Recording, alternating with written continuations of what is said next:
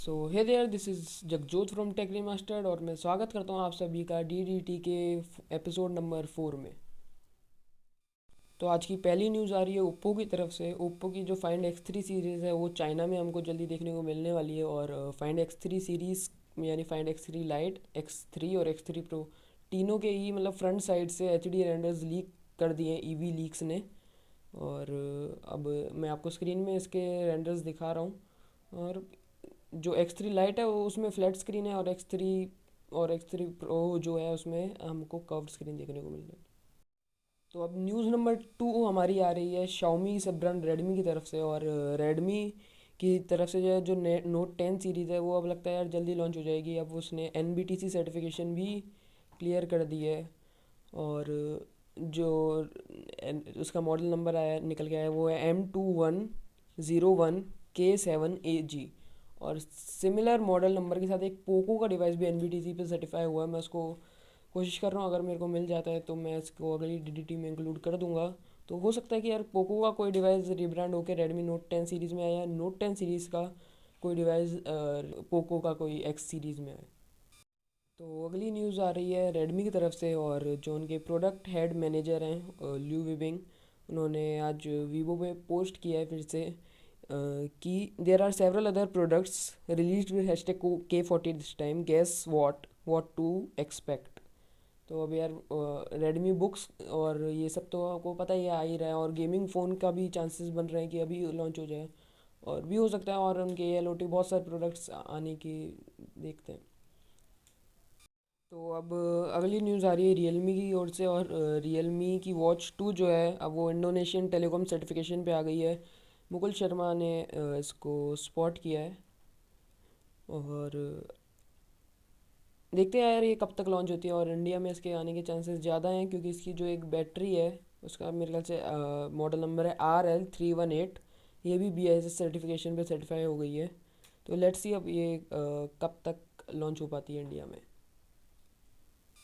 तो अगली न्यूज़ भी रियलमी वॉच 2 से रिलेटेड है। तो रियलमी वॉच 2 प्रो भी लगता है जल्दी आने वाली है, क्योंकि अब यार मुकुल शर्मा ने फिर से एक और ट्वीट किया है, उसमें बस उन्होंने लिखा है रियलमी वॉच 2 प्रो। तो यार अब चाइना में डिजिटल चैट स्टेशन और इंडिया में मुकुल शर्मा, इनके अलावा हम किसी लीकस्टर को ट्रस्ट नहीं कर सकते। तो यार जितनी भी लीक्स आती हैं इनकी तरफ से 90% ऑफ द टाइम लेजिट ही निकलती हैं। तो लेट्स सी, लगता है रियलमी वॉच 2 प्रो भी जल्दी हमको देखने वाली है, आइदर ग्लोबल और इन इंडियन मार्केट्स। तो अब अगली न्यूज़ आ रही है Xiaomi की तरफ से। Xiaomi के 3 new smartphones, 5G smartphones actually 3C certification पे सर्टिफाई हो गए हैं। पहले का मॉडल नंबर है M2102J2SC। ये MI10 हो सकता है यार with Snapdragon 870 meet and ultra, शायद से उसका स्नैपड्रैगन 870 वाला वेरिएंट। और या फिर ये हो सकता है यार रेडमी K40 सीरीज़ का कोई स्मार्टफोन हो जो स्नैपड्रैगन 870 के साथ आए। जो दूसरा मॉडल नंबर है वो है M2012K11C। ये भी K40 सीरीज़ का कोई फ़ोन हो सकता है, with again 33 watts fast charging. और तीसरा है M2012K11C। ये K40 प्रो विथ स्नैपड्रैगन 888 और वही 33 वॉट्स की फास्ट चार्जिंग के साथ। तो अब देखते हैं कि ये स्मार्टफोन्स K40 सीरीज़ के अगर हैं तीनों, तो ये हमारे को Feb 17 के आसपास देखने को मिलने वाले हैं एटलीस्ट चाइना में। और इंडिया में भी आने के सीरीज़ के अच्छे खासे चांसेस हैं। अगली न्यूज़ आ रही है रियलमी की तरफ से, और रियलमी X7 सीरीज़ फाइनली अरसों बाद आज लॉन्च हो गई है। अब X7 वही सेम जो V15 चाइना में लॉन्च हुआ था, बिना किसी चेंज के साथ लॉन्च हो गया है। और मैं प्राइसिंग आपको बता देता हूँ।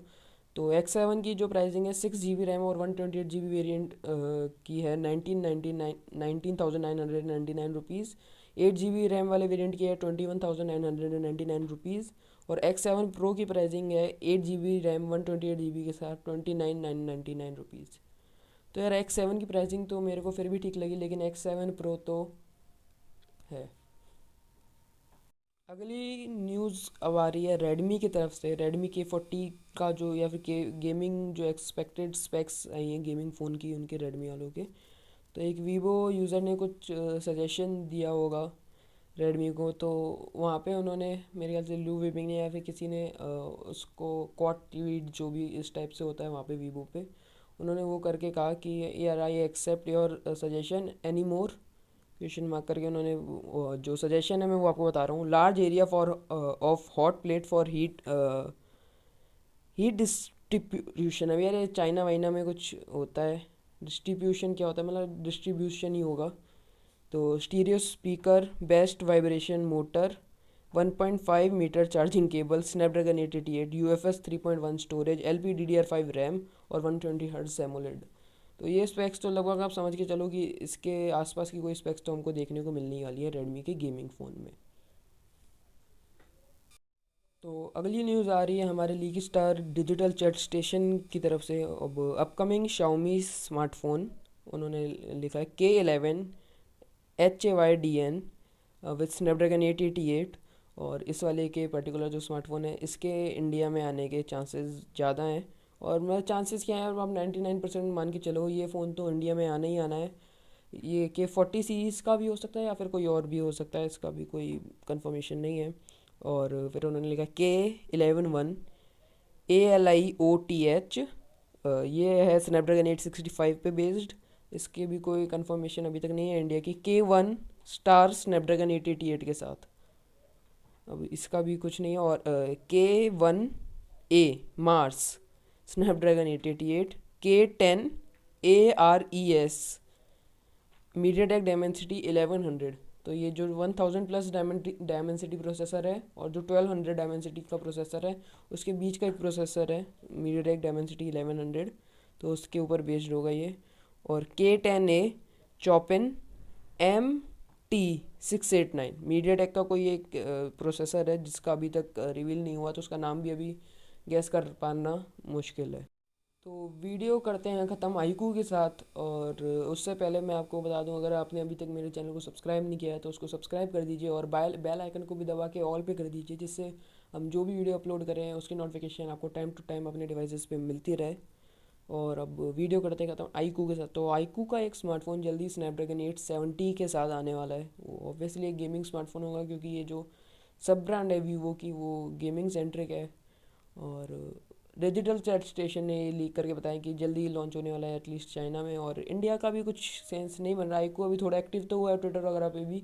आईकू 3 लॉन्च हुआ था लास्ट ईयर, और उसके बाद से कोई स्मार्टफोन आईकू का नहीं देखने को मिला। जैसे पोको F1 आके रह गया था, उसके बाद पोको X2 आने में बहुत टाइम लगा था। लगता है आईकू जो 5 है या फिर आईकू 7 वगैरह, तो मेरे को चांसेस अभी इंडिया में नहीं लग रहा है। आईकू 7 आने के हैं लेकिन आईकू 5 के तो अभी कोई चांसेस नहीं बन रहे। और ये स्नैपड्रैगन 870 वाले फ़ोन के कह रहे हैं कि शायद से इंडिया में आने के चांसेस हैं। तो लेट्स सी, देखते हैं कि कैसे होता है। तो आज की वीडियो के लिए बस इतना ही। मिलता हूँ मैं आप सभी से अपनी अगली वीडियो में। Thanks for watching.